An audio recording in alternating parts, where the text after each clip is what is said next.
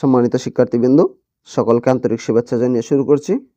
আজ আমরা সমাধান করব নবম দশম শ্রেণীর সাধারণ গণিত বইয়ের অনুশীলনী 4.1 এর 16 নং প্রশ্নের।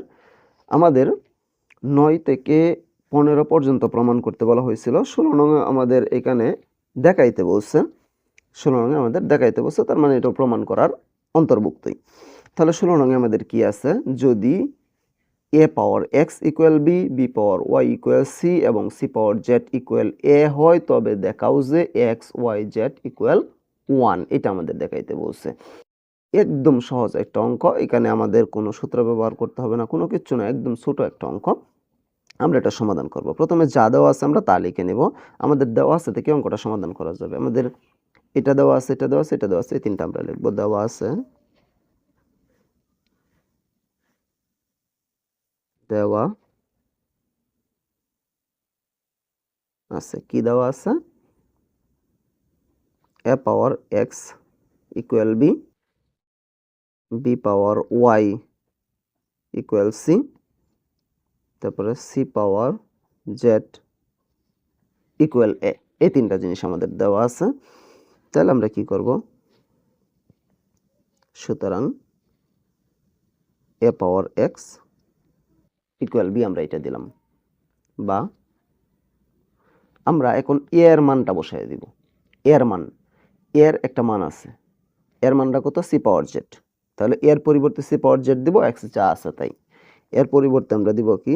c পাওয়ার z, এটার উপরে x যা আছে তাই ইকুয়াল b।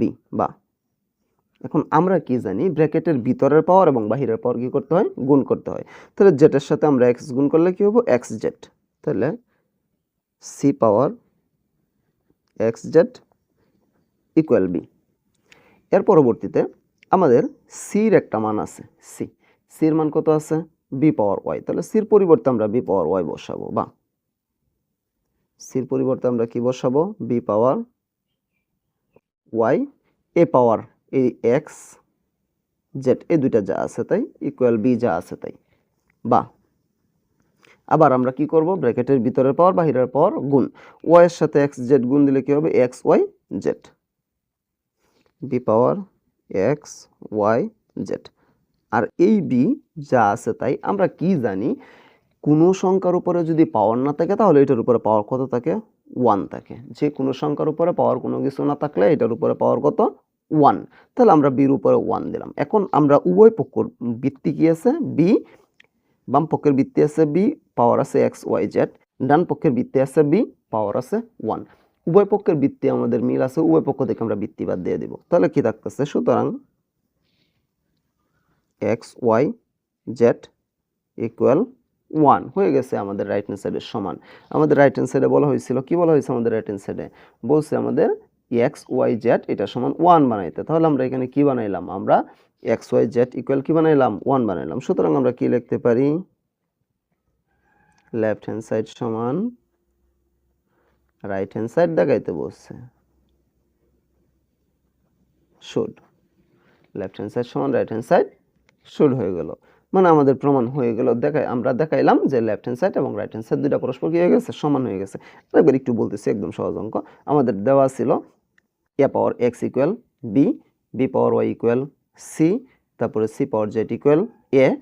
তাহলে আমরা কি করলাম? আবার যেটা দেওয়া ছিল প্রথমটা আবার লিখলাম আমরা কি? সুতরাং দিয়া a power x equal b।